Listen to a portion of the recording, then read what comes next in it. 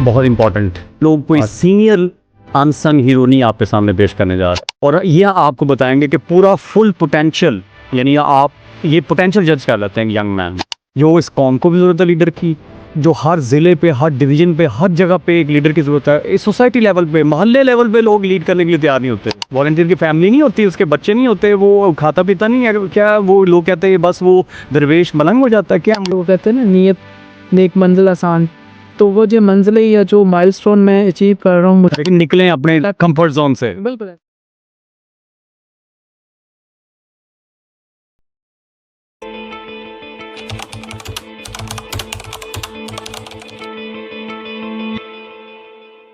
औज़ुबिल्लाहिमिनश्शैतानिर्रजीम, बिस्मिल्लाहिर्रहमानिर्रहीम। आज जिस सक्सेस को हम लेके आ रहे हैं, ये यंग हैं, डायनामिक हैं, एनर्जेटिक हैं, ये हमें भी आइडियाज़ देते हैं, इंस्पिरेशन देते हैं और हम इनसे सीखते हैं और हमें पूरा तक़वीत पहुंचाने के लिए भी आए। तो हमने कहा कि सर पॉडकास्ट के लिए हमने कहा हमें भी हमारे यूथ के लिए आइडियाज़, इंस्पिरेशन, उनकी करी काउंसलिंग के लिए हमें थोड़ा सा टाइम दे दें।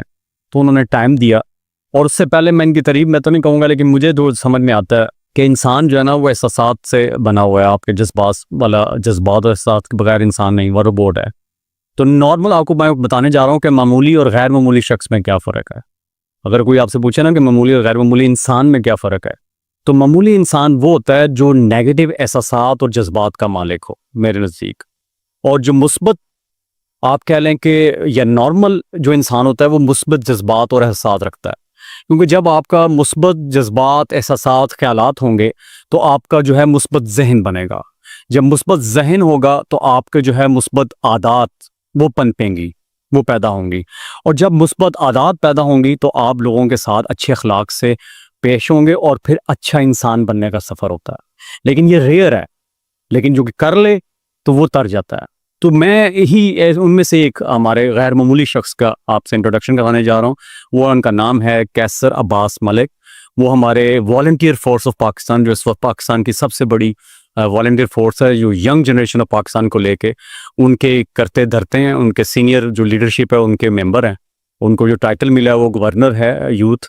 तो उनसे आपकी मुलाकात करा और ये आपको बताएंगे कि पूरा फुल पोटेंशियल, यानी आप ये पोटेंशियल जज कर लेते हैं यंग मैन में, ये इनकी है।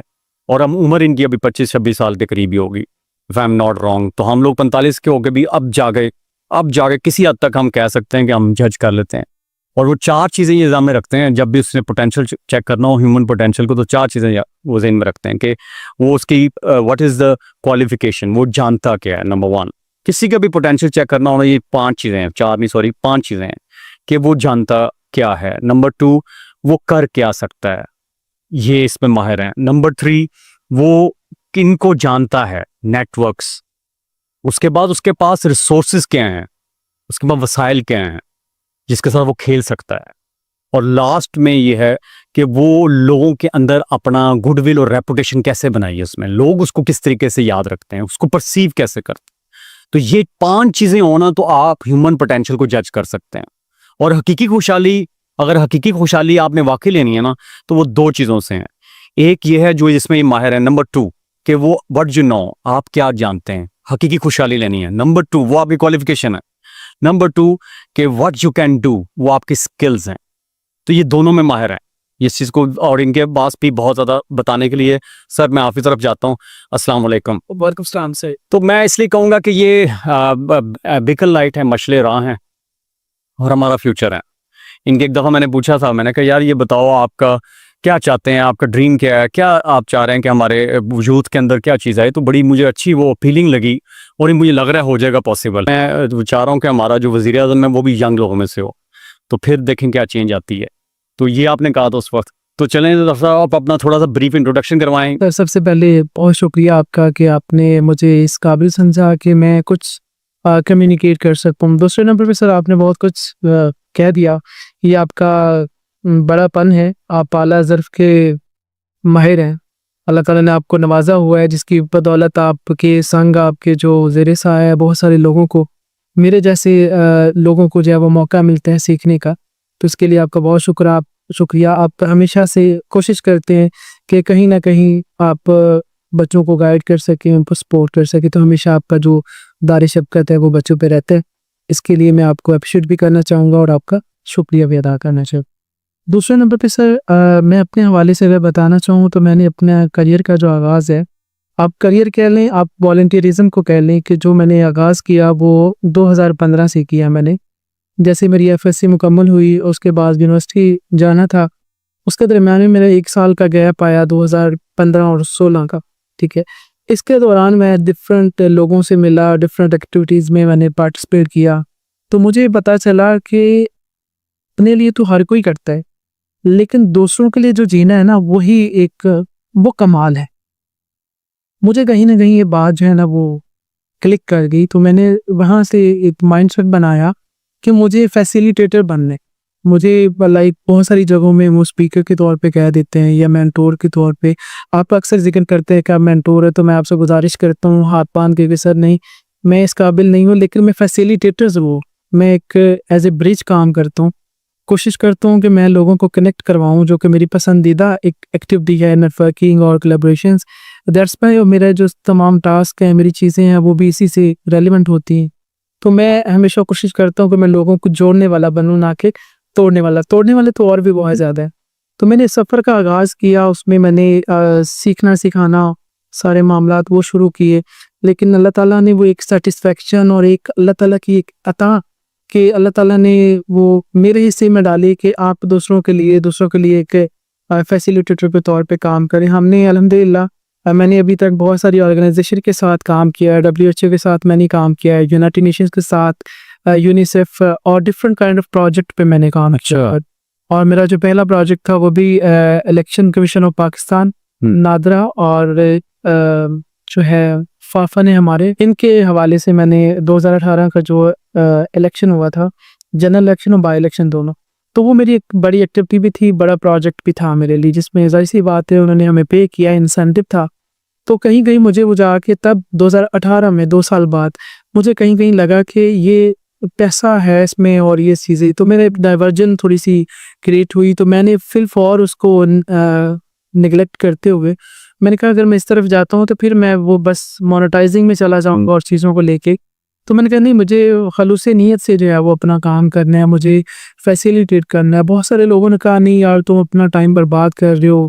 और नॉर्मली सर मैं एक चीज़ बताना चाहूँगा कि वॉलंटियर को ना हम लोग समझते हैं कि वो विल, हाँ, इसका थोड़ा-सा और बताएँ। अनलकीली पाकिस्तान में सबसे ज़्यादा समझा जाता है। मैं अब किसी को अगर वॉलंटियर कहता हूँ, मैं अपनी अगर अर्ली डेज़ की बात करूँ या कोई और बच्चा आजकल हमारे जो यूथ एक्टिविस्ट है माशाल्लाह, वो अगर बात करते तो वो कहते हैं कि ये तो वेलों का काम है। लेकिन यही अगर आप किसी फॉरेनर के साथ बात करते हैं, आप उसको बताते हैं कि हम वॉलंटियर और मुझे वॉलंटियरिज्म जो मेरी एक्टिविटी है मुझे पसंद है, यकीन करें कि वो आपको इतना ज़्यादा अप्रिशिएट करते हैं और बाकायदा तौर पे आपको एक अलग अंदाज में समझते हैं कि आपको एक अलग कैटेगरी के बंदे हैं जो दूसरों के लिए काम करते हैं और बगैर किसी मुनाफा के काम करते हैं। सबसे पहले तो ये एक जो बैरियर है हमारा, जो हमारा एक मैं समझता हूँ कि एक जो कॉन्सेप्ट बना हुआ है कि वॉलंटियर वेला नहीं होता।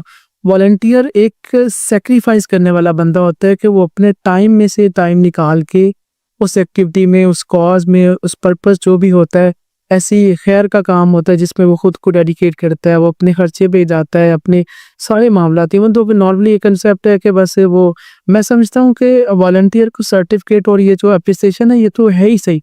इसके अलावा जो वैसे एक एप्रिसिएशन होती है दिली तौर पे, उसको सिखाने की गरज से कि भाई आप यहाँ पे तो बहुत अच्छे हैं, यहाँ पे आप थोड़ा-सा काम कर लें, स्किल पे काम कर लें, आप कम्युनिकेशन पे काम कर लें। नॉर्मली जो वॉलंटियर्स हैं माशाल्लाह वो पहले मैनेजमेंट में आते हैं, उसके बाद कोई थोड़ा बहुत काम-शाम करते हैं, उसके बाद फिर वो लीडरशिप में चले जाते हैं और यकीनन कहीं जाके उनका पोर्टफोलियो फिर एक लीडर के तौर पे उभरता है और फिर वो एक ग्रुप ऑफ पीपल्स को, मैसिव अमाउंट जो कह लें कि एक नंबर ऑफ पीपल्स होते हैं, उनको फिर लीड करने की कैपेबिलिटी उसके अंदर आती है just because of the exposure. तो मेरा कॉन्सेप्ट भी यही है कि अगर आप काम करेंगे, आप घुले मिलेंगे, आप डिफरेंट काइंड ऑफ अपॉर्चुनिटीज़ में खुद को एंगेज करेंगे, वक्ती तौर पे तो वो आपको लगेगा कि मुझे कुछ नहीं मिला, मुझे इवन दो कि सर्टिफिकेट भी नहीं मिला, लेकिन मैं समझता हूँ कि आगे चल के 2-4 साल 5 साल बाद आपको जो उसका इम्पैक्ट नज़र आएगा वो इतना ज़बरदस्त होगा कि आपको एक, मेरे जैसा एक बंदा जो एक गाँव से उठा और ऐवान में जाके वो बहुत सारी चीज़ों में, जिस तरह आपको अंदाज़ा है कि हम लोग जो काम कर रहे हैं हमारे साथ गवर्नमेंट नहीं बताएँ गवर्नमेंट के इदारों में भी अल्हम्दुलिल्लाह हम लोग मिनिस्ट्रीज़ के साथ काम कर रहे हैं। तो वो जो चीज़ें आई, उनके साथ बैठना उठना सारी चीज़ें, ये जस्ट बिकॉज ऑफ वॉलंटियरिज्म ही तो आई हैं। और तो मेरे पास ऐसा ना कि अरशद नदीम की तरह या कुछ मेरे पास अरफा करीम की तरह कोई ऐसी अचीवमेंट है या कुछ भी, और बहुत सारे लोग हैं, सितारे हैं हमारे पाकिस्तान के, लेकिन एक एक्सपोजर था, एक बात करने का तरीका कह लें, एक बैठने का उठने का जो तरीका मुझे वॉलंटियरिज्म में सीखा मैंने, वो शायद मुझे मेरे स्कूल कॉलेज में यूनिवर्सिटीज़ में बहुत कम सीखा। ये नहीं कहूँगा कि बिल्कुल नहीं सीखा, काफ़ी दफ़ा यूनिवर्सिटीज़ में भी मामलात होते हैं, आप लर्न करते हैं। तो अल्हम्दुलिल्लाह to be a passionate learner मैं हमेशा कोशिश करता हूँ। मैंने कभी खुद को कोई अच्छा स्पीकर, अच्छा मेंटोर, अच्छा, आपने इंस्पायरिंग की बात की, लेकिन मैं अपने नाम के साथ इंस्पायरिंग कैसे लिखना चाहता हूँ, और मैं हूँ नहीं, मैं समझता हूँ कि मैं अभी उस लेवल पे नहीं हूँ जहाँ पे मैं चाह रहा हूँ कि मैं जाके लोगों को इंस्पायर करूँ। 2-4 लोग, 5 लोग, 10 तो ग्रुप में होते हैं, या आप कोई अच्छी बात कर दे तो वो समझता है कि यू आर इंस्पायरिंग। मैं समझता हूँ कि इंस्पायरिंग पर्सन वो होता है कि जो एक लॉन्ग लास्टिंग इम्पैक्ट आपके ऊपर वो क्रिएट कर दे, और से उस इम्पैक्ट के ज़ेरे साया आप जो है वो एक अच्छा काम करे, एक ऐसा इनिशिएटिव ले लें, ऐसी खैर का काम कर दें कि अल्लाह ताला भी आपसे राज़ी हो, आपके जो चाहने वाले हैं वो भी राज़ी है। अच्छा देखें, ये बहुत बड़ा एक पॉइंट बता गए जो मुझे समझ में आता है। आप लोग तो अपने हिसाब से फीडबैक दे सकते हैं, कमेंट्स भी दे सकते हैं। इन्होंने ये कहा है कि सोशल सर्विस एक तो ये करनी चाहिए, ये करते रहें। दूसरा ये कह रहे हैं कि फुल टाइम नहीं कह रहे कोई भी चीज़, इसमें टाइम निकालना होता है। तो वो भी हमसे पूछते हैं कि कितना टाइम निकालना होता है कि उससे भी काम चल जाए, इनकी पढ़ाई भी ना सफ़र करे और इनका रोज़गार भी अगर है तो वो चलता रहे। दूसरा आपको मैं बता दूँ, सबसे बड़ा जो तोहफा मिलता है मुझे समझ में आ रही, जो सिग्निफिकेंस है वॉलंटियरिज्म की, वो है कि वो लीडर बनता है। जो इस कौम को भी ज़रूरत है लीडर की, जो हर ज़िले पे, हर डिवीज़न पे, हर जगह पे एक लीडर की ज़रूरत है। इस सोसाइटी लेवल पे, मोहल्ले लेवल पे लोग लीड करने के लिए तैयार नहीं होते। वो देख रहे होते हैं यार कोई मिल जाए, व्हाट्सएप ग्रुप बना ले और वो ही सारा कुछ करे। तो इसका मतलब है कि आपका लीडर का जो बनने की स्पेस है वो बहुत है। तो उसके लिए अगर कुछ स्किल्स चाहिए, जो मुझे इनसे समझ आया, वो यही है कि आप लोगों के लिए टाइम तो निकाल के देखें ना। डोनेशंस पैसे में नहीं करनी होती, आप अपने टाइम, अपनी एनर्जी उससे भी करते हैं।